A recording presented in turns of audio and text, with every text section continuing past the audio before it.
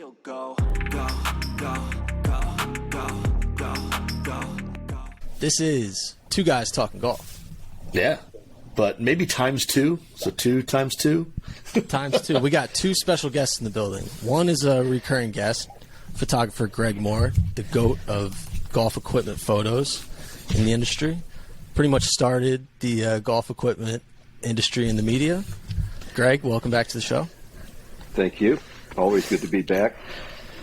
And then we have another guest who's actually a special guest. And I'll start with a little resume here. So he won a national title while at Pepperdine.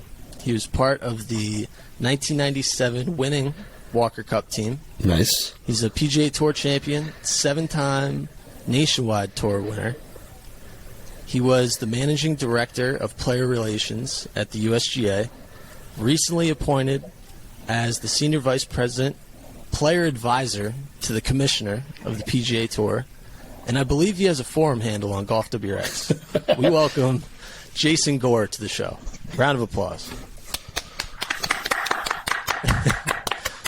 Jason, welcome.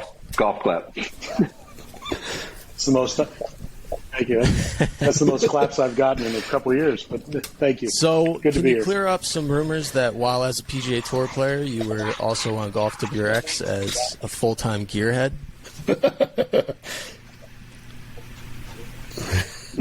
Yeah, those aren't even rumors. I don't think. Yeah, absolutely. I still am. I still look for like the low spin. Why do my irons spin too much? And I just never want to admit it coming down this way. You know what I mean? But I love Golf WRX. It's I love that everybody on there swings at 126 and has a 190 ball speed. I love that. That's our community. That's our community. Something to strive for. Yeah. No, a lot of great people. So let's start with some of the obvious. All right. So senior vice president, player advisor to the commissioner. What exactly does that mean, and what will your role be with the PGA Tour and joining with the PGA Tour players?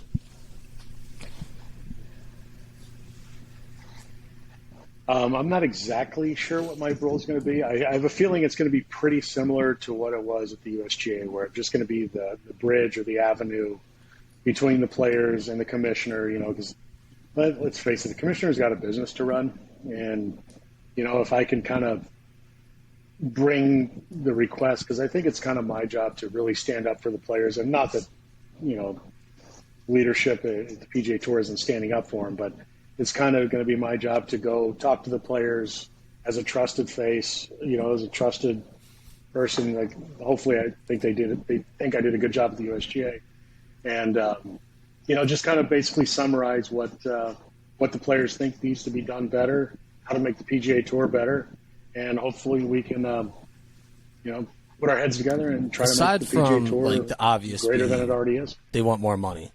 From your perspective, what have you seen that players want to change in the PGA Tour, and what are some of your goals, maybe bullet point goals, or just your perspective on what's going on in the PGA Tour and what the players really want?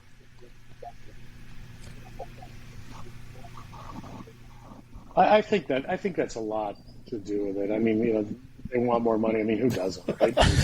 Checks in the mail. Anything's more than zero. Yeah, checks in the mail. Perfect.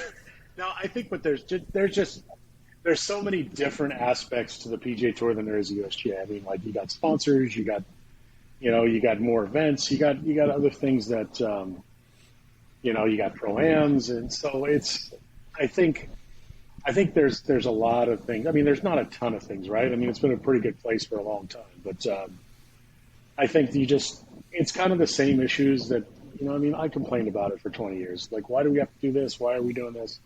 But now there seems to be some leverage on the other side, and leverage is only real if you're willing to leave. So I think there's been some few things that have needed to be ironed out over the years, and this is a great opportunity. I'm going to, obviously, the number one thing I'm going to do for a long time is listen, and take some notes down and just try to figure out what the next step is with some other, with the really smart people. I said with some other really smart people that I know on that list. So just try to, try to figure out and like let's move forward with how we can continue to make this better. How can we make the PGA Tour more attractive, especially to the younger generation of both players, fans, sponsors, everything. So if we can try to, I don't think it's a long road, but I think it's a very important road to travel. It's just time to start being a little bit more proactive and let's see where we can get to. And I'm just really excited. I'm really excited. It's like all I've been kind of doing since, technically my first day was yesterday, but I'll be in the office on Tuesday and I'll kind of really start to like dive in at that point to try to figure out, okay, well, where are we going to go and how are we going to do this and who's going to be involved and for people who basically know you, they're general golf fans. They know you as a former PGA Tour player. They might not know what you've been doing over at the USGA for the past several years. Can you kind of describe, what you were doing day to day and what impact you think you might have had over there that made you attractive for the PGA Tour to have you on board? I've never been attractive, but I think it's I think more so of like a hostage negotiator. I always like to laugh at that, but no, honestly, all I've been doing is like with the USGA. I think when I first got there, it was certainly there were some misconstrued conceptions of the golf course, and I kind of bully my way in because to me, doing this job, you have to find out what's important, right? What's job one and what's necessary and what's kind of fluff, right? Like, and I kind of kept saying, like, you can feed these guys filet and caviar every day, and if the golf course isn't right, it's going to be a bad week. So I kind of bullied my way into helping with the golf course and just trying to and John Bodenhammer and Jeff Hall were fantastic. Like, they just kind of, They were willing to listen to any kind of input that I had and scrap what was bad and keep what was great, because there was a lot of both. But I think it's once we finally started to get the golf course right, like John and Jeff before I got there came up with a whole new strategy of how we're going to set up the U.S. Open golf course, and I just kind of came in from a player's perspective, and a lot of it was. I'd look at it and be like, yeah, that doesn't look right. But what about it? I said, I don't know. It just doesn't look right.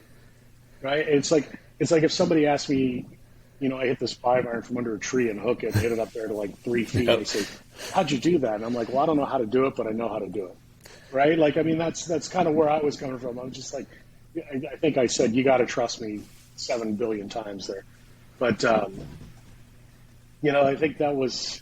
I think that's the bottom line for a long-winded word salad I just gave you was we need to find out what's important, what's the job one, and identify it, and then really kind of hammer down on that, and then the other stuff will kind of be good from there. And I think that's where the listening part's going to come in, and I'm just going to take a lot of notes and try to summarize a lot of things, and try to get some things done with U.S. Open course setups. How to be better. Just real quick. With US, go ahead. Back Greg. to the U.S. Open setup, would you say that it was convincing them that it didn't have to be par, needed to be the number? In other words, if you've got the best players in the world under the right conditions, you don't have to make it where they're scrambling to be lucky to make a par. These guys are going to make birdies. Now they don't have to go out and shoot 25 under, but if it's 8 under for 4 rounds, it needed to be more acceptable to the blue coats at Far Hills, would you say?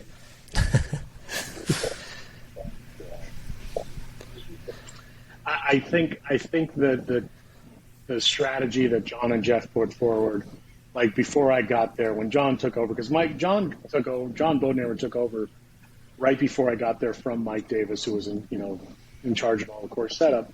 So when I got there, it was kind of already laid out. And I think the one thing that we really had to be careful of, or really were conscious of, was you can't stop these great players from hitting great golf shots, right?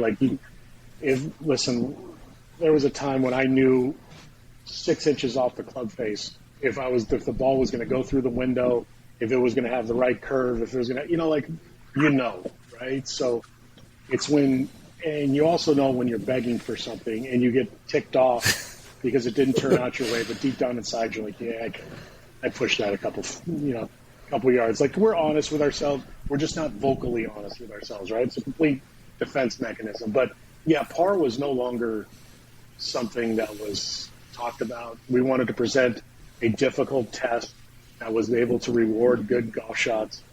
And we kind of wanted to give them a test where you're tempting them. This is probably so not PC, but I'm just going to say, tempting them to do something stupid, right? Like, it's super easy to set up a golf course with 200. You can make every par 3, 240 yards. You can put it 5 over a bunker and 3 off the left, and you've just basically made my decision, right? If it's 3 off the left from 240, I'm going to hit it 25 feet, 30 feet right of the hole, and I'm just going to 2-putt and I'm going to leave. Like, you've taken every decision for me to make off the tee, right? Like, you haven't tempted me to really kind of go, I can do that. And you shouldn't, right? Like, you're just like, that's what was so great about the country club, right? Was every hole tempted you to hit driver, and you just didn't have to. But it looked so right, it looked so good. And, it's like, that's where you start to test, course management and shot making value. And if you have enough guts to stand up over this shot and try to aim at it and you pull it off, then you know what? Great birdie. And that's just it. But if you don't pull it off, and they always just laugh at me when I say this, like, if you don't pull it off, you're going to be busy. Like, like you're going to look at something and be like, oh, man, I cannot believe I just did that. But I made that choice, and I didn't execute the golf shot. But if I execute a golf shot, I should at least have a good look at the birdie. And, like, the thing that I will constantly, probably forever, try to define is, well, what is a good shot? Is a good shot sometimes 12 feet? Is it 15 feet? I don't think a good shot should ever be 60 feet, right? Like, you should be able to have some sort of look at it to where, like, if the Superman cape wants to come flying out and you're going to give me a club, I'm going to have a go at it. And if I hit it over this green or if I hit it short in his bunker, I'm going to be toast. And I think that's where we tried to like get players to think outside the box and to tempt they're so darn aggressive now, right? I mean, they just hit driver everywhere, and you go back and watch Tiger from 2000. What did he hit? One driver in the British Open that one year? Maybe, hit 2-iron everywhere, and that's the way he played. They just can't help themselves to hit driver on every hole, and that's what the numbers say. So you kind of have to, like, start to try to make them think and how to, I want you thinking from the first tee. I want you thinking from every time you put a peg in the ground on every hole, you should be thinking about strategy, and that's kind of where I was. And that even goes into the shots going into the green. So putting hole placements, 3 off the edge or making them brutal, like, just wasn't our thing. Like, was USGA reactionary to be a hero. The way they set up courses, like, throughout the week, like on Thursday when, like, there's an interview with the player, and they're like, the course was playing unfair. It's too difficult of a test. Or they see stuff popping off on Twitter. Like, maybe it's trending that the course is too dried out, and they're kind of getting torched. Like, do they react then on Friday, and they kind of dial it back based on reaction?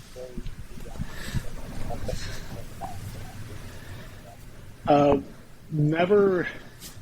I don't know about prior to 2018, I wasn't there, but we never really had an issue with Pebble or Torrey or Wingfoot or anything, or the country club, because we had a game plan. We certainly monitored firmness, and the other thing was we never saw a weather delay in the U.S. Open. The 4 U.S. Opens I had, we had great weather. We had a little bit of rain on the country club, so I don't know how to really react to that. No, never once, like at Pebble Beach, Gary, they were 9-10 under par. I can't remember what they were after 54 holes, but not once did we ever go, let's push this hole location a little bit. It was always like, hey, this is our game plan. This is what we're doing, and let them play.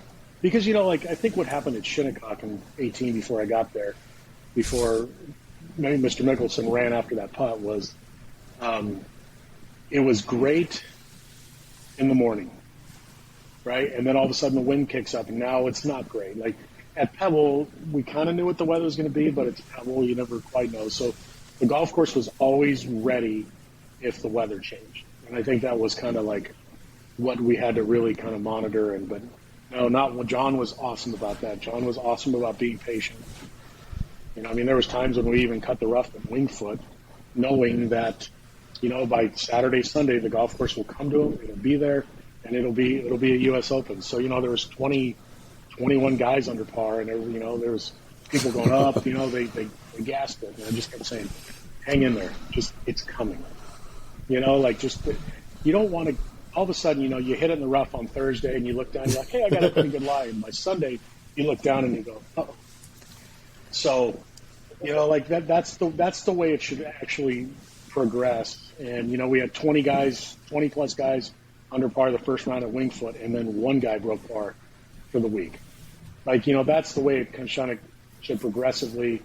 And, we had good weather. It turned cool. It was the September COVID Open. So, we kind of had our hands around the neck of that golf course and could control the water, and, it got a little windy, it got a little firmer, it got a little cooler. You can tune it, but not once did we ever mess with any hole locations. And I think that's what I'm so proud of John for. He was so patient and just so tactical, and he was awesome.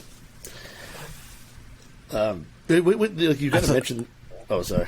Go, Jersey. It looked like Knudsen was itching to say a question. I was going to let you know. It was interesting when you were talking about kind of tempting players and all that stuff, because I think even at us amateur levels, there's always that temptation to hit shots that, in the back of our mind, we just know we shouldn't hit.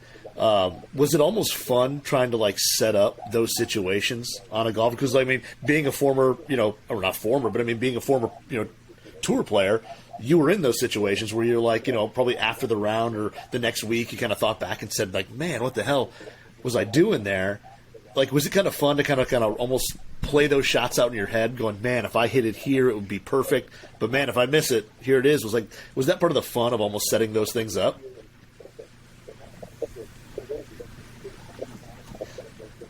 Well, yeah, because it was so you just kind of, the perfect hole was the 11th at the country club. It was 125 yards, and Gil came in and completely redid the green. Yeah. And you know what? If Scotty Scheffler doesn't play that hole, he wins the U.S. Open. Right? He made double there on Saturday, and there's just this beautiful little peak in the back where it kind of it just kind of comes to a point. You put the pin right there, and it's 120 yards, and you're like, I gotta hit it. I gotta go for it. Right? The greens weren't that firm. You can kind of and it kind of had this great infinity look where it just kind of rolled off the back, and you had this kind of marshy area back there, which really wasn't in play unless if that's in play, fire your caddy, right? So it was kind of far away, and but you can't help yourself but you have gap wedge or sand wedge in your hand. You're I have to go for it when you really should just hit it 20 feet short and take your chances with your putter, right? And it's there were so many players that just hit and bounced over the green, and you're just sitting there going, guys, what are you doing? When they're that, I would have done the same stupid thing. You just can't help yourself, right? But that's probably why I've got an office. But that's it's fun to look at that. You look down at this, you're standing on the tee and you're looking at it and you're going, they look over at me and go, what would you do? And I'd be like, well, I would take it and land it 15 yards short of the green, of the pin, and let it release back there and take my 20-footer. I'm really in the back of my mind going, I'm going to make double on this hole, right? I'm hitting pitching wedge, and I'm going to hit it right at the flag. It's going to bounce over on the flag. I'm going to yell at Lewis and then just move on, right? But it's fun stuff like that. Like I said, you can set it up. Setting it up hard is super easy. It's how do you make them? How do you think? How do you make them think their way around the golf course? Because listen, they're also physically talented. They're also just gifted and well trained, but they're all really aggressive because week in, week out, it's how, it's a birdie contest. Let's just face it, right? So, I mean, I just think growing up, thinking back, like PGA West, it was brutal. I grew up in Southern California. Go to PGA West and be like, oh my gosh, this place is awful. Now the scoring average is what, 67? I mean, they're just so freaking good now, and you can't help them.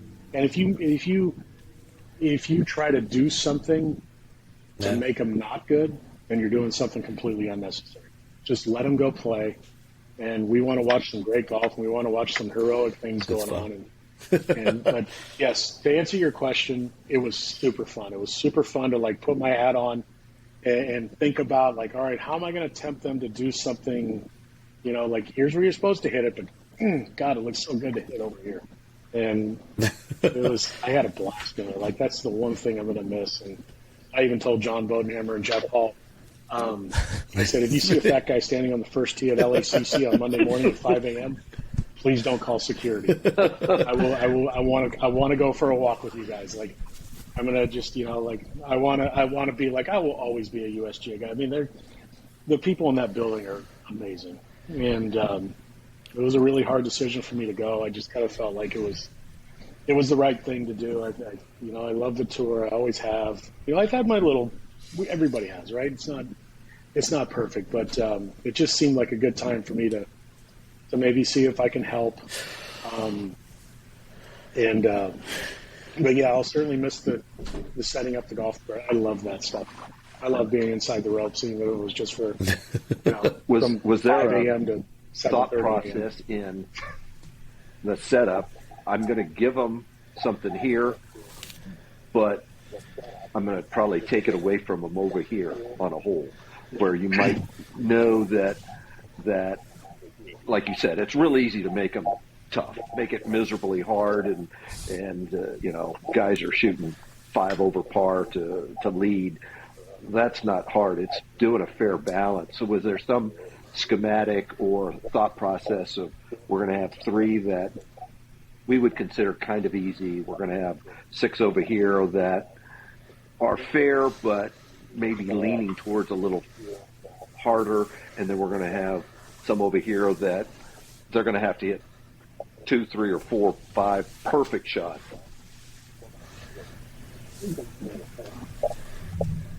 Sure. I mean, there was always like I keep going back to the country club and just thinking like, we want you to play these holes. If there was 14 and 15, right? Like there was 13, 14, 15. 13 was like a tough little like right to left, and 14 was a brutal par 5, and 15 was kind of that long one down the hill. And we're like, I just want you to play these holes in 13 shots. Figure out a way. Like there was some giveth and there was some taketh, but it wasn't like, okay, we're going to do 6 hard hole locations and 6 easy ones and then 6 medium. It wasn't that, but it's like there was always kind of somewhere, especially like any great golf course, right? Like we want you to, if one hole was really hard and the next hole was kind of easy, like just play these holes, two back-to-back par 4s. Like we're telling you to play them in 8.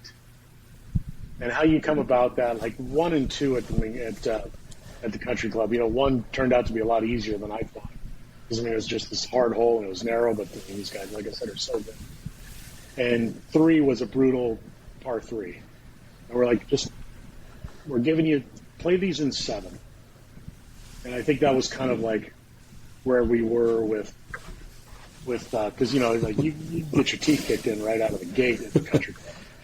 And, there's some hard holes right out of the box. Like there's no sleeping in around there. There's no like kind of, like trying to wake up slowly. You better get to that first tee. You better be ready. Yeah, I think there was some give and take to that, but it certainly wasn't like okay, well, we're gonna sacrifice this one to make sure this one plays. We know this one's going to be hard, and we weren't afraid to like move it around. Like, we weren't afraid to make one hole play. Move the tees up and then move the. Like you're going to see something at LACC next year. 15's this little tiny hole that you can either hit like 9 iron into, or you can make it 78 yards, right? 15 at LACC, and like want to have fun. Like when you get to the hole, you'll be like, oh yeah, they did it. cool, like play it, like, but it's totally playable. But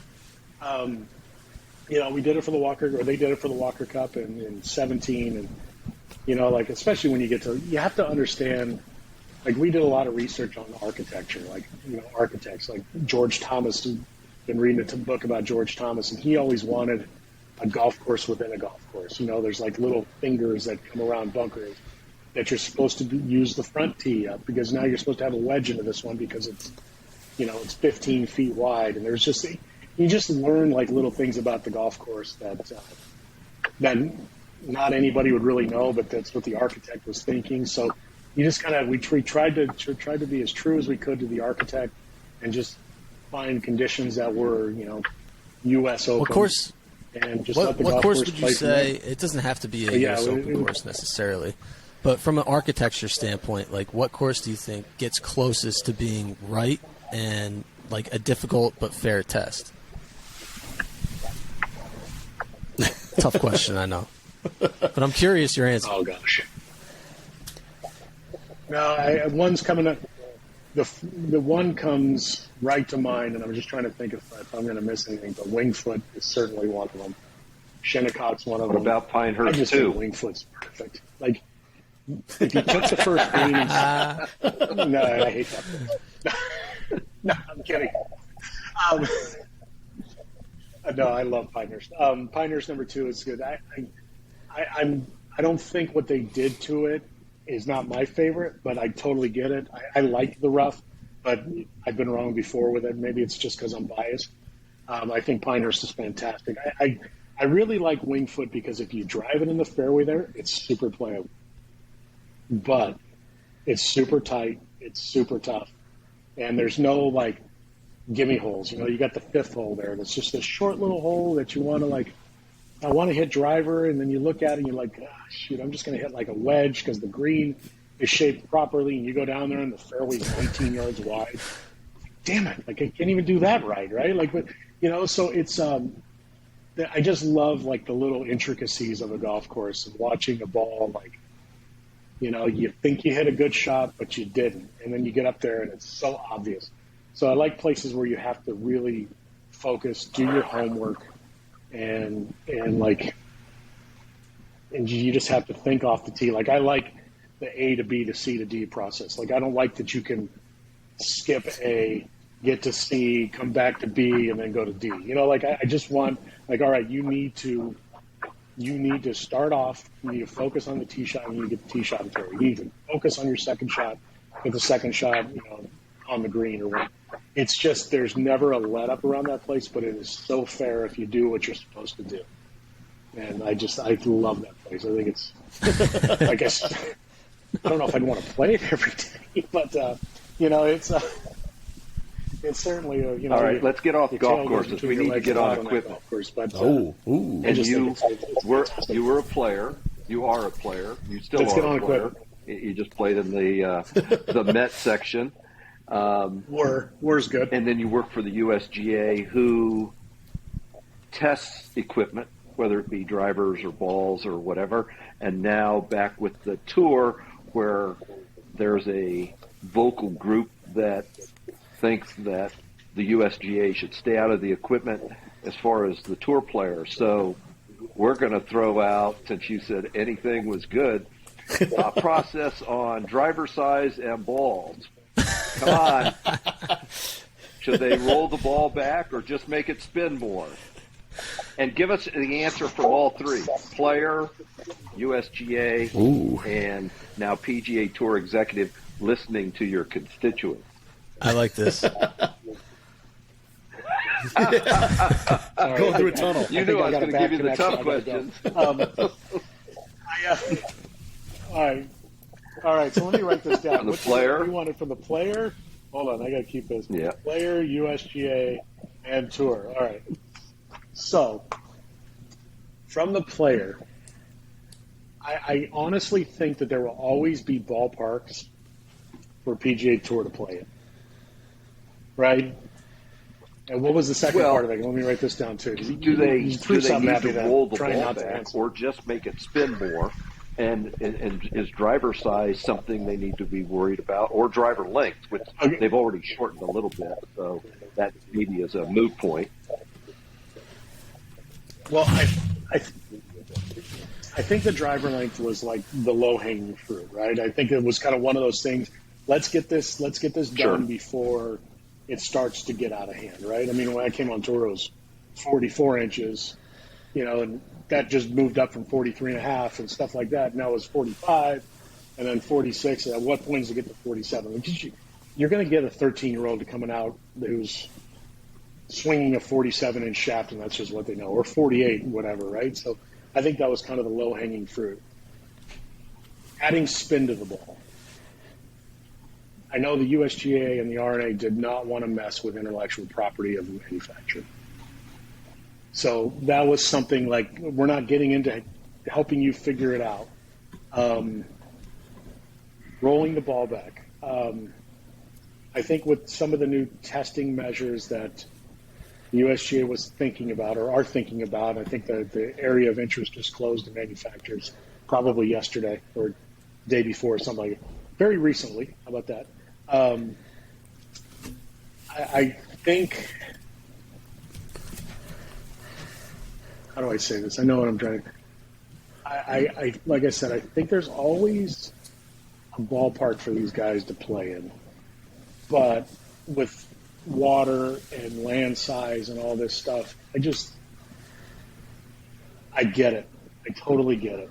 Now, my job, and I just talked to Thomas Pegel this morning, like my job was always to be the a-hole in the room, which I'm good at. Was always to kind of think back and say, like, well, I would just do this. And be like, well, you would? And I'd be like, oh, yeah. Like, well, you want to roll it back? Well, guess what? I'm just going to get a lower lofted driver. I'm going to talk to the people at so-and-so, and I'm going to get them to launch the ball higher. And, I'm going to get a higher launch ball and all this stuff. Like, I always think that there is a way to counteract it with testing, and we've got so much information with TrackMan and FlightScope and GC Quad, all the launch monitors. I think there is always a way, and I think the one thing at the USGA was, I'm like, if we're going to do something, let's just show you get this right and it works. And I think they have come to like a conclusion on that, where they're still trying to gather info. I mean, no conclusion. I mean, let me rephrase that. No conclusion has been made yet. I just talked to Thomas, and he's like, we're still working. We're still listening. We're still working. And so, I mean, nothing is like coming down the pike yet. And I think from the USGA standpoint, I think what they're trying to do is just to make sure that the game is relevant in the next 100 years. I mean, being a California guy, water is precious. I had a buddy of mine tell me this the other day. He goes, there's going to be wars over water. Water is going to be the new oil. And probably sooner than later, especially like in the West Coast. It's like even here in New Jersey. I mean, gosh, we've been dry as a bone here. Everybody's like, "Oh my God, we need rain! Oh my God, this is awesome!" Because I can play at any time, right? Like, but don't you think some of the rollback on the ball is even I think coming they're just from looking out for the course owners in that they don't want their golf course to be embarrassed by tour players shooting ridiculously low scores, and yet you have Harbortown or Colonial that are not super long, and you have to be exact off the tee with curving it right, curving it left, avoiding this tree, whatever. It doesn't have to be long, and we've seen it. I mean, roll back the ball, and the longest guy is still going to be the longest guy. So you haven't done anything except hurt the average player. Always. Well, I think that there's a way to not do it without even having to bifurcate. Because I know as a USGA guy, like that word is just not. It's one of these, right? So I think there is a way around that with MOIs or whatnot. But if you make a golf course 8,200 yards, right? Or if you make a golf course, if you look down a hole and it's wall-to-wall rough, with a 1 foot wide fairway or with no fairway at all, you're going to hit driver as hard as you can. If you're looking down a fairway that's wall-to-wall fairway, you're going to hit driver as hard as you can, right? Because there's no like real, right? It's like, where do you find the proper width of a fairway? Where I even kind of think like at some point they're probably going to figure out, okay, well, at 181 you can play your best golf. At 185 it starts to go sideways. Like I think that I think at some point that they will find a diminishing ROI, right? I don't know what diminishing point of return that, like, hey, maybe the 195 ball speed doesn't really play well on tour. Because if it was really all about distance, Sadlowski and Kyle Berkshire would win every week on tour, right? So I mean, there is something there where it's like, all right, you still have to control your golf. And I just think, like, course owners, like you said, don't want to build this, don't want to be embarrassed, don't want to do this. So, and like my big thing was, and I said this, I probably, don't work with it anymore, so I'm going to say. Let it rip. They can't fire me now, right? Has the last check clear? Like I always said, if I walk up to Ask Megan. yeah, exactly. Yes, it is. I can't go up to a really long hitter. I can't go up to a Cameron Young or something like that and be like, all right, dude, we don't like you hitting driver 9-iron into a 500-yard par. We want you to hit 5-iron. Well, then that's about scoring. Because at no point has this ever been about scoring. I can honestly say that at no point in the USGA when we're at these meetings, it has been about, well, these guys are playing too well. It's never been about that. Like, that's the one thing that I'm super proud of to be able to say. But if we don't like Cameron Young hitting driver 9-iron into a 500-yard par 4, and we have to, like, if we're going to roll the ball back, if we're going to do anything like that, well, then it's got to be 460, 460 yards, and he's still going to hit driver 9-iron. Like, we can't change the way, like, well, we're going to build a new tee, but by the way, it's not about scoring, but we're going to build a new tee, and now you're going to hit 3-iron into this hole. Ha ha ha. Right? Like it's just not, if it's not about scoring, we have to, like, move tees up. And it's our part of the business to set up a golf course. Well, was my part to, like, not change the way they play, but just let's make the ballpark slow. You can't say, like, well, there's a home run problem, and then move the fences back and then throw them marshmallows up there. Like, now you completely change the game. And, like, we can't be hypocritical when we do that. We can't keep continually building new tees and then roll the golf ball back. Like, because now you're going to take out either half the tour. Now you're going to actually put emphasis on the longest hitters, because the shorter guys will really have no way to play. And then you're going to actually make it go farther, because now you're going to get guys pushing weight around, to try to get stronger, to try to get faster, to try to get injury prone, because now the good putters can't compete. So I think there's a fine line in there. Like, I get what we're trying to do, what the USGA is trying to do. I totally get that, and it's honorable and it's noble. I just think that there has to be other parts along with what we're doing to not change the game drastically. And whether that's moving it up, whether that's, moving a tee box up, or whether it's something else, I just think it's got to be done right, so we're not completely affecting the game. Are you going to be helping with course setup over at the PGA Tour? Are you going to help week to week on that front? If they ask me, I doubt it. I mean, they got it pretty good. We go to courses year over year, and I can play a practice round at John Deere and be like, oh yeah, it's going to be right here, and then on Thursday. It's kind of like it's a little bit of, it's very rare when things aren't cut and paste, but they know it. It's like Augusta. It's like you walk up to 16 at Augusta on Sunday, and that thing's going to be back left, except for 2020 when they screwed it all up. But they put it back right on Sunday, and just like, I'm not ready for that. I'm not mentally prepared for this. But No, it's pretty. They got it. They know what they're doing, and if they want help, believe me, I'd be more than happy to go around with them in the morning and just be like, hey, what about over here? Like, especially at the players, right? And I would love that. That place it's just untapped potential with all the stuff on that golf course. So I'd be more than honored to. I love doing it. It would be. Yeah.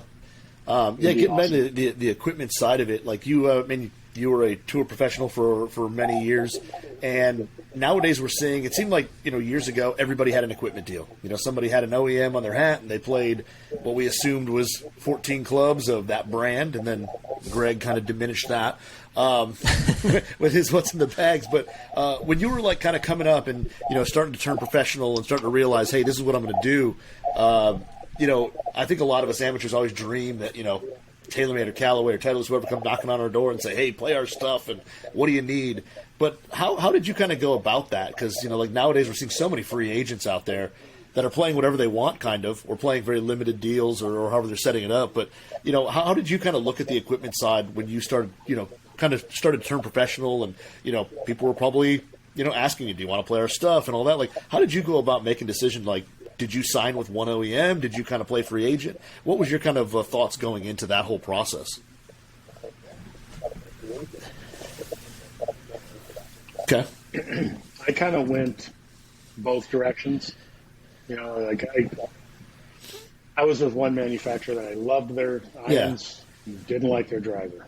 It's stuff like that. Like, I just think it's really hard. And now, back then we weren't playing for the amount of money they are now. So you made things work, and there wasn't options. I mean, shoot, I'm so old they used to glue drivers. That's how old I am, right? It used to be like, they used to have to re-whip the driver. And no, they used to actually glue it in there and had a hosel and everything.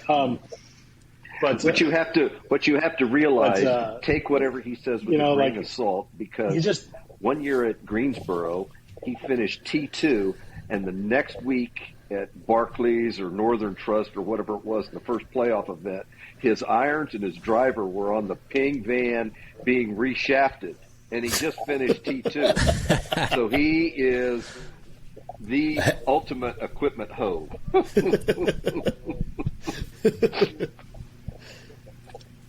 Yeah. That's what you're I going like to with? say I'm a field player. It didn't. I like to say If I'm they'd a have field felt player. better, you'd have won. Yeah, don't. Yeah, I'm still mad at Davis Love for shooting 64 on me. But anyway, what's funny is that I've gone through a ton of stuff, and I'm right back to the S4s that I finished second with there. I've gone through it. It's like I've got, and I'm super grateful for this, I've got a bunch of Scotties, right? Like, I got a great collection of Scotty Camerons, and they all look exactly the same. There's a couple that I'll mess with and take it. I'm like, yeah, whatever. Like, I always go back to the same old one, and it's just weird like that. I love it. It's like with guitars. Like, they all. I think that I'm going to grab something that's going to make me sound better. And at the end of the day, I'm just the same crappy I player do need that I to was come when I and picked shoot up the your other Scotty one. collection, because I've shot Davis Loves and I've shot Kevin Streelman. Ooh. I know you've got a few of the cast ones that a lot of people don't even know about.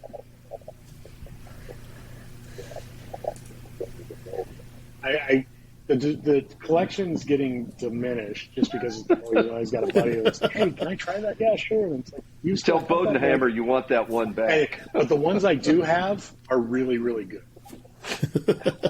I know, right? I mean, he even offered that. No, he's a. But I do have some special ones from, I used to live in Southern California, like I said, going down to San Diego and being friends with Scotty. Like, he kind of screw up something. I remember going in there and he had goggles on and a blowtorch, and he's got this carbon black one, whatever. Was it carbon? Yeah. Is that what it was? Oh, or the carbon metal, the all black original? No, it was the black original one.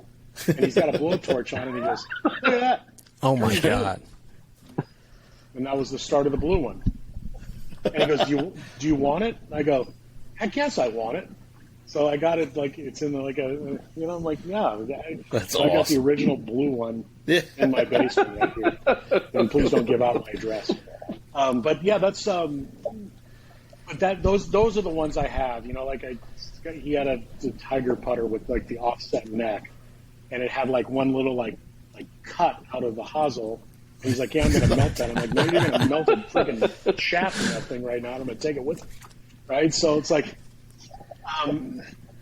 so I got like stuff like that, the stuff that I would never ever putt with. Like I just think they're works of art, and they're just beautiful. Like I got, a couple old Scottsdale Answers, and, original Scottsdale Answers, and like I just think like the classic stuff is just so beautiful. It's like I just think they're works of art, kind of like what I got behind me. It's like I suck at using both of them, but whether they're putters or guitars, but I just think they're awesome. Especially like when it comes to a drive. I've always been a pretty good driver of the golf ball. I can swing a driver and be like, yeah, that doesn't feel right, even though I hit it good. It wasn't like, eh. And then coming down the stretch on Sunday, I had S400s in my ping irons, and I hit one shot, and I'm like, oh, that thing hit differently. So I'm going to go back to X1. Meanwhile, I just hit 16 grains around on places that are smaller than my keyboard, smaller greens than my keyboard here. But it's just like, What clubs do you miss most about like tour, the maybe mid '90s, late '90s? Obviously technology has taken a huge turn. But what were some of your favorite like specific golf club models that you kind of miss? But it's like, yeah, I can never play that today. The R7 driver. Yep. I love that R7. That big old like deep face. Like I like deep face drivers. Like I don't really have a problem left or right on the face. Like it's top to bottom. I just like putting that thing on a big old peg and leaning back and heading straight to back surgery. Just trying to launch the thing straight up in the air, straight to my orthopedist. But I love that driver. It just had a good look. That's why, when we talked about it at the USGA, Whatever what this size should we go to? I'm like, this size. Like just bring in my R7 like this one right here. Dude, I just love that shape. I love that head, But see, I'm a weirdo. Like we went out to Goat Hill Park, and John Ashworth was there, and he's like, dude, you can't set the course record if you don't hit persimmon. And he gave me like a 6-degree McGregor tourney, and I piped that thing. It was an old persimmon, like the grip felt like it was going to slip off, and like I literally drove it down the middle like 305 yards on every time I hit that thing. Like, are you serious with this thing? Like, dude, it's awesome. I stole it. So it's downstairs in my basement too. Like, okay. I'm like, John, I don't care what you charge me. Yeah. But I'm taking this. He's like, dude, keep it. I'm like, good, because it was coming with me. The sooner you realize that it was coming with me, the better off you were going to take it. So, but yeah, I got it. So and I take it out to practice with him. It's funny. Like, they're like, can I hit it? I'm like, no, man, this is my baby. It's from 1978. Did you just put a new grip on it, or Gregor Turney? Like, I won't even let anybody hit it. That's how much I loved it. Oh yeah, first thing I did. Well, I tried to clean the other grip. Like I took out the sandpaper out and all that stuff because I didn't want to mess with it. It was so good. It was so bad. It was perfect. Like, it was just the right amount of crappy. But it was, but yeah. How big are you into tinkering? Like, do you have your own build shop? Were you ever doing your own grinding, your own grip changes, or anything like that? Never my own grinding. I don't think I've had a tour van change a grip on my club in probably 5 or 6 years. Grips are tough. Seriously.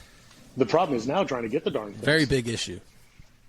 Grips are tough, man. Grips are tough. Because I wore tape on this finger right here, and it would always like kind of wear the cord.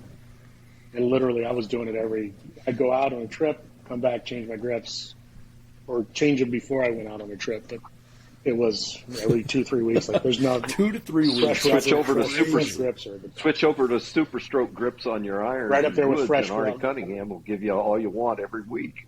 Of course, you need to change them every week too. Exactly. All right, let me write that down too.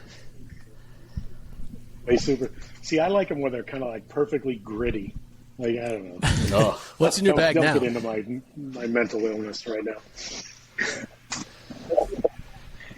I've got, well, I'm kind of back and forth between, I've got a stealth driver. I got an old semi 3-wood, like 3-woods are brutal. And I just put a set of Ping blueprints with S400s in them. And I was playing a set of Mura TC201s that I kept hooking. They were so pretty, but I kept hooking. And I'm like, well, this is obviously not me, right? Like, this is obviously not me. It's got to be the irons. There's got to be something. So I just, I got a set of Ping blueprints. And the first time I got them, I went down and I got like a digital Mitchell loft and line machine. Love I it. just kind of thought that was my Christmas present, just to show you how messed up I am. I haven't played golf in 3 years. Love it. True gearhead. What I want for Christmas is a Mitchell loft and line machine. My wife's like, "You're a sicko," and I'm like, "I know." So, so I went there and I kind of like just checked them out. I'm like, maybe this thing. And I went out to hit them like, these are terrible. I'm like, these things are, either I'm not good enough there. They just felt clunky. And I went and bet them at a half-degree flat, and they are awesome. I'm like, or a degree flat. I'm like, a degree flatter from where they were because, and I just. Is this what you played in the great. I Met played them Open twice. Black at Bethpage Black? And okay. no, I actually played my Muras.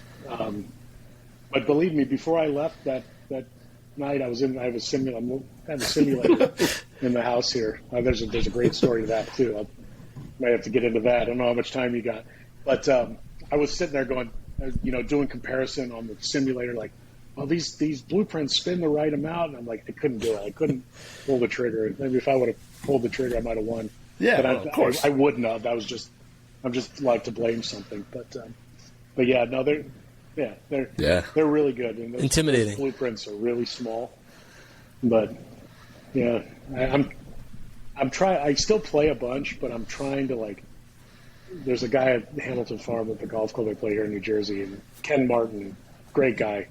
It's like mid to late 60s, and he's practicing all the time. And I go, Kenny, you practice so much. Why? And he goes, I just want to suck slower. I just want to slow down the sucking process. And I'm like, all right, perfect. Like, I get it. Like, that's kind of where I'm at right now. Like, I know I'm never going to play on tour again, never going to play competitively, but, dude, I don't want to shoot 79 and think, like, damn, So I played great what today. kind of I'm money- just not ready for that. So it's just like, What kind of money games can you So get I'm just over trying on to, the par be 3 crappy course at slower. Hamilton Farm? That par 3 Because course is awesome. that's got to be where the best games are, I think. That We course gotta- is freaking amazing. Mm-hmm. yeah, I mean, that course is, we just redid the bunkers and the car pass, and it's so much fun. We get some going. Every now and again, we'll get one going. And it's usually because it's, it's range and it's cart path only on the Highlands, and we're just way too lazy to, walk from the path to the big golf course. But, don't judge me.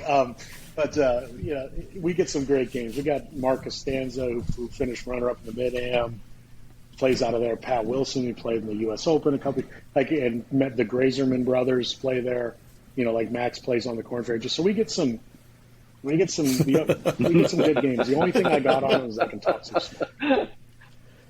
That's all. Talent, ability, everything. I just, I wait for them to say something just out of the ordinary, and I'll be like, all right, I'm going to get engaged right now because I can still play, but you have to kick the sleeping bear, and to get me going.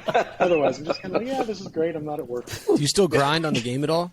Do you hit the range, or you go out to Hamilton and tee up on 18, or? I do. I just love it. I'm infatuated with the game. I just always try to learn something new, or try to figure something out. It's probably why I was an equipment hoe, as Greg said. I was always intrigued to be better. What if I did this, and if I did this, and it probably was a detriment, but I loved it so much, and it's just I just always try to figure out how to be a little bit better. It's Like, I mean, I was out yesterday just, on the putting, doing drills. Like, I have no reason to do drills anymore. Like, I'm not, like, it's like, it's ridiculous, but I love it. There's nothing wrong with that guy. I mean, like, when you threw those, like, blueprints in the bag, do you now look differently at equipment as you did when you were actually playing competitively? Like, when you look at a set of blueprints, are there different things you're looking for now as opposed to, when you were playing competitively and, trying to make these, score and grind out these wins and these, top finishes? Like, is it different now?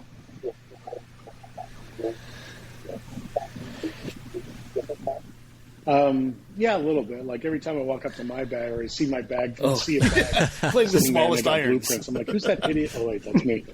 Like, why would that guy hit those things? Yeah, really? Like, I just said, like, what am I? Who am I trying to impress? Honestly, it's like, but yeah, like, I'll look at somebody and if they have Muras or if they have like the new stuff, and it's like, I'm always infatuated with, like. This is going to sound so funny, but like, who's got muscle backs in their bag? Like, if I see somebody with MVs in their bag, I'm like, all right, like, or if I see somebody with like, I'll look at two sets of Titleists, and they're both fantastic sets of golf clubs, but I see the Titleist MV versus T100s or the T100Ss. I'm like, I just kind of like, I'm sitting here judging you right now, like, like. Dude, I just hit my 7-iron 210. Yeah, but it's a 6. But you're like, judging the player, not necessarily the equipment. Have you ever judged absolutely judging the player, a set of irons based on what the back looks like by saying, "Oh, it's way too busy looking," or "I don't like the font that they used in the name." Because that's something I read on Golf WRX when I'm photographing something new, and guys tee off on them going, "Oh, I couldn't play those because the back looks way too busy." Come on, there's no way. Oh, you just went down a notch in my book. Yep. So let me. No. Well, let me. Yep. So have you seen these irons called More Golf? They're not on tour. I haven't seen them. Okay, so New Jersey State Open, they're like sold away. So you can change the they look like Jerry Barber's. They look like the Jerry Barber shank-proof irons, and I'm sure they're fantastic. Right, I'm not judging anything like this, but you can literally like they're screw modular, a face on, you can screw a sole on. They're like components. So they're modular. There you go. That's the word I was looking for. Thank you. But I get into a playoff because I'm playing the Jersey State Open. And I'm going to get roasted for this. But it's too good. So I'm playing in the Jersey State Open, and I shoot 10 under par. So there's two of us that shoot 10 under par. The next score was 3 under par, and the next score was even. So we kind of lapped the field, right? I shoot 65 on him on the last day, bogey free, and the guy went toe to toe. I'm like, good for you. We get to do a playoff. It's a 3-hole aggregate. This guy's got more golf irons. And I look at my caddy and I'm like, rich right now at the USGA and see if these things are even legal. Like this. Right?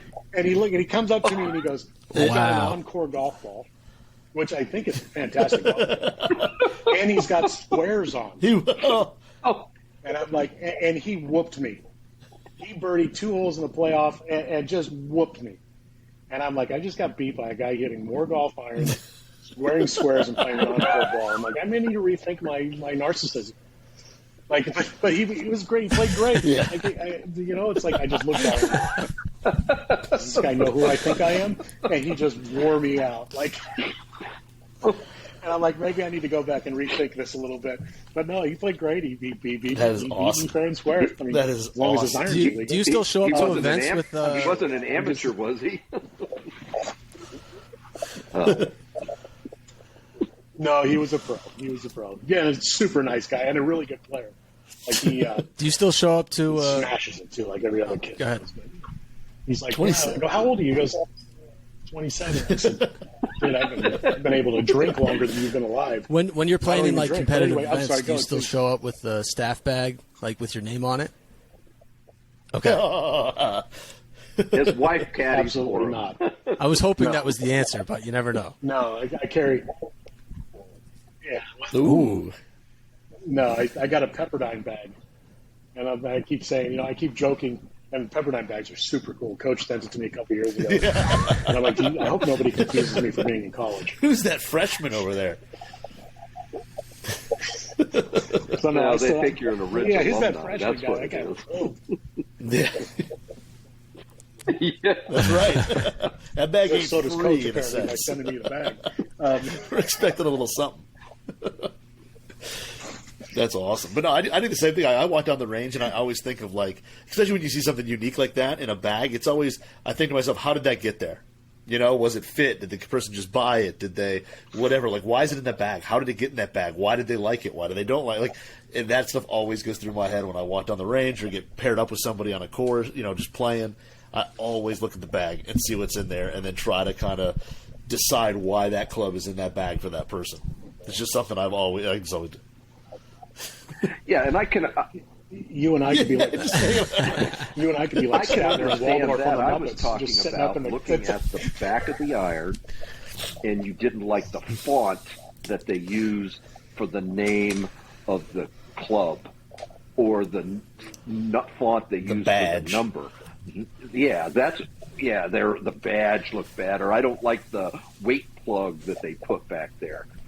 That's all cosmetic stuff as far as I'm concerned. How does it look at a dress when it's sitting behind the ball? That's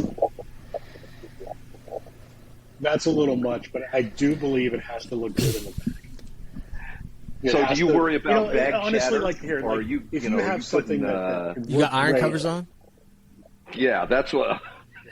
I do when I travel. Dropped another notch. No, you don't. I do when I travel. I You get the freaking club. You put iron covers? when they go on an Wrap airplane, a towel around it. 100%. I do. That's what I take do. them off right away. He is. He's 100% judging. Totally right? Right, don't judge me. Oh, I'll Don't never judge me. shoot your bag again. No more what's in the bags of yours. And you know what? I got neoprene. I don't think you have to worry about that anyway. Yep. But I Smart. can understand I that. unscrew the drivers. Yeah, 100%. I unscrew the woods, take them off, put them in, and I put iron covers, especially with and you would not believe how beat up, especially for how much travel. I only started doing it the last 4 or 5 years when I actually had to start, paying money for stuff. The last 3 years especially, but you wouldn't believe how bad I got neoprene iron covers from Amazon. And I put them on. I put them on when I travel. I get that. I'll give you a pass for the travel side of it. I'm the same way. Like, yeah, and don't worry. And if I ever have to pull my travel bag out, you go to a place and they're like, "Oh, can we take your bag?" I'm like, "Give me 7 minutes. This is a little embarrassing." And so the first thing I do is I usually blame Megan. Like, damn it, my wife, why did she put her iron covers on my bag? But. that's awesome. Well, no, I just don't want them beating it up. But see, I'm on the other hand, I don't think I love putters look that. great. I mean, I'm a little huge, too shiny. I want to play a putter that's 12 years old type guy for sure. Yes, it gives it Tiger's putter is like chopped up. You would be more concerned about like- dings in the face and less concerned about dings on the top line or the back or the bottom. Or you don't care about the face. Yeah, I mean, when I had the Scottsdale answer, right? Oh. I had the Scottsdale answer, and I'm like, don't even put a head cover. No head cover. Just let it breathe. Let it kind of. I agree with you on the little bit of I know, wear. that's I strong can't go move. down. I can't go down the no head cover route. It just the top line gets too dinged up, and that gets me a little bit. I can't go down that road.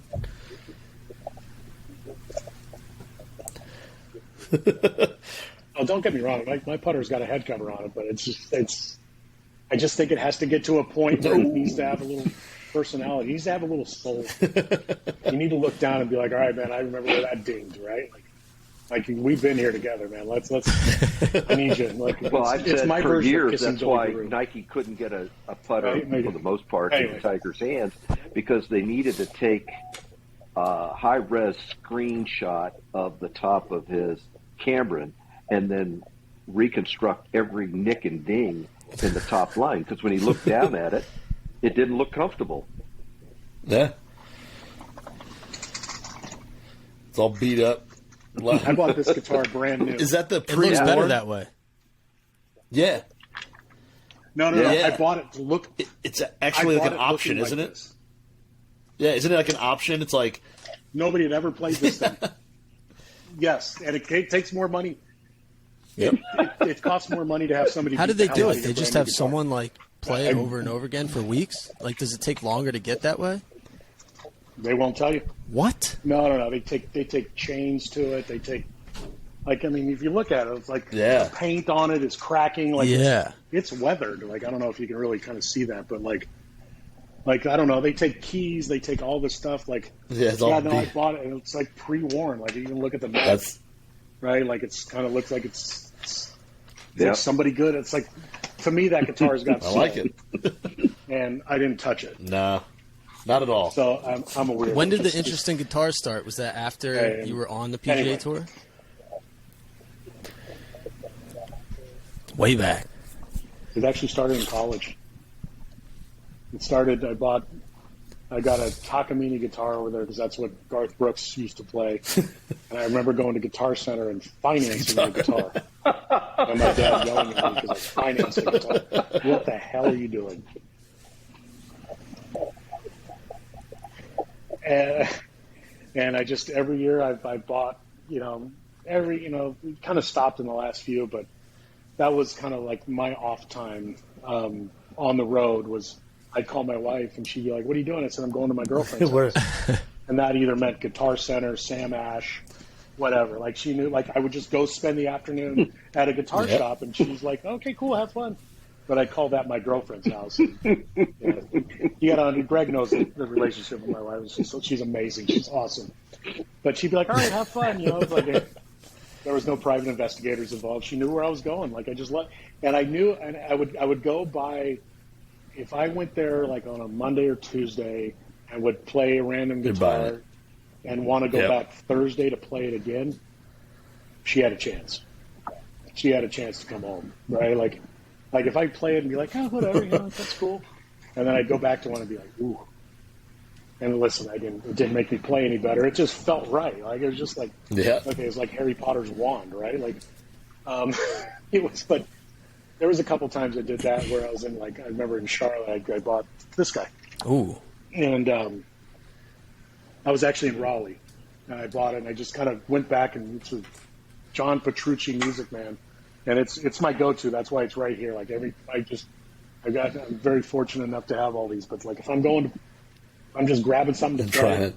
That's the guy. And I remember going back like 4 times, looking at it, going, and that needs That's why you need to come to Nashville and go to needs to be Gear in and my life. Guitars, And because got it. you would go to the tour and say, we need to change that deal, and we need to add in some guitar zeros. purchases in that contract, because I don't even play guitar, and I've been in that store a number That's, of times. It's freaking amazing. In lieu of bonus, Yeah. they're just works of And art. not just like guitars butter, there. right? I mean, They've they're just- got banjos, mandolins. I love 'em. I You stink. name it. If it's stringed, they pretty much have it in there.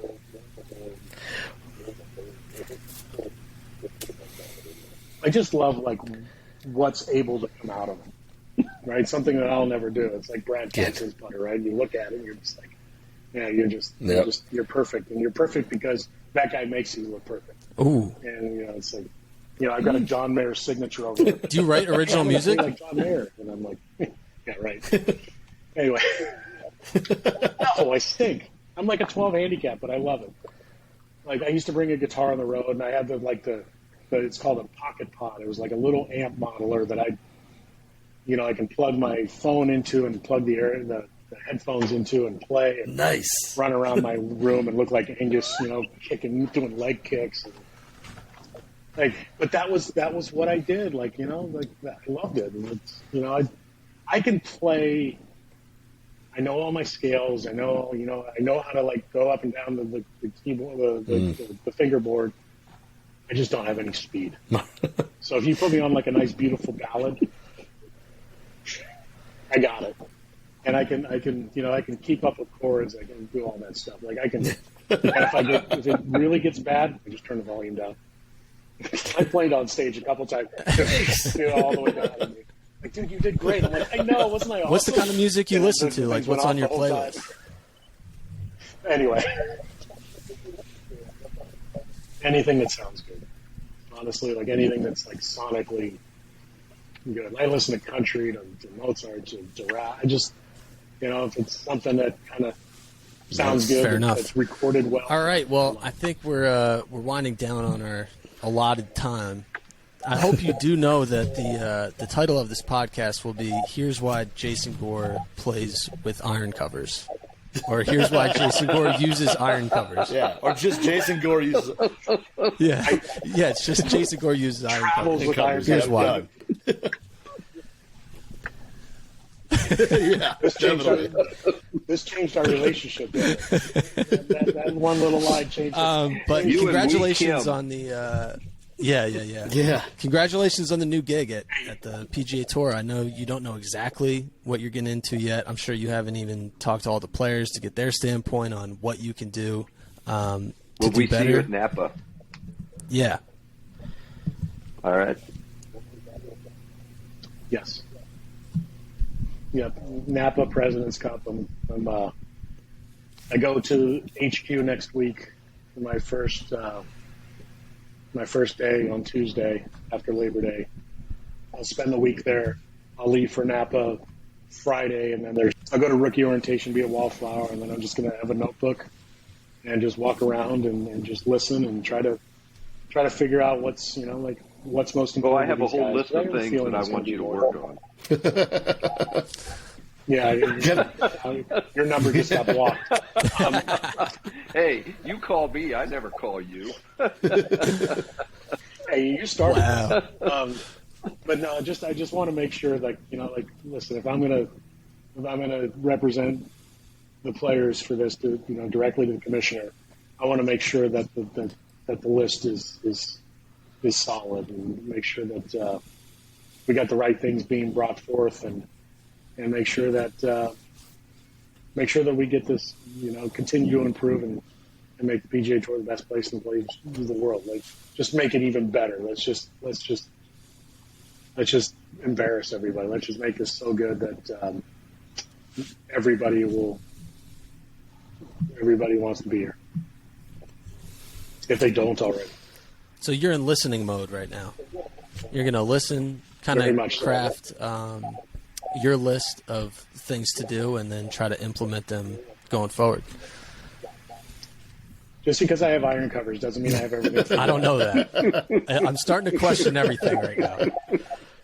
No, it's listen, I felt like the USGA was a great thing, but I don't know what we need to do here, and I think we're just going to sit back and watch for a little bit and evaluate and try to figure this out. And I'll have my compadres that the close ones that, especially guys on the pack and the board and stuff like that. But I'm going to try to keep everybody equal, and I'm just all ears, and I just want to make sure that this is good.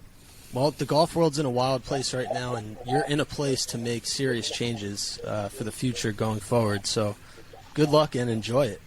Yep, we wish you the best. That's Thanks, my man. advice. We wish you the absolute best. True gearheads. we appreciate you coming on the show, talking a little shop with us, and kind of clearing up what you got going on. So, Jason, thank you for joining Two Guys Talking Golf. Welcome back whenever. And we'll see you in the Golf Thank you. WX forums. I know you'll be in there probably later today. I'll be there. I'll probably right now. You're gonna have to defend yourself on those iron covers. So good luck out there. I think you'd be surprised. Listen, I've swallowed my pride a long time ago, so we're okay. Just the I fact you understand came it's on this show embarrassing, proves but, that you did that. Right. All right. You told me this was judge free, so it'll be good. Well, that was a special edition of Four Guys Talking Golf. We'll see you next week. Still go.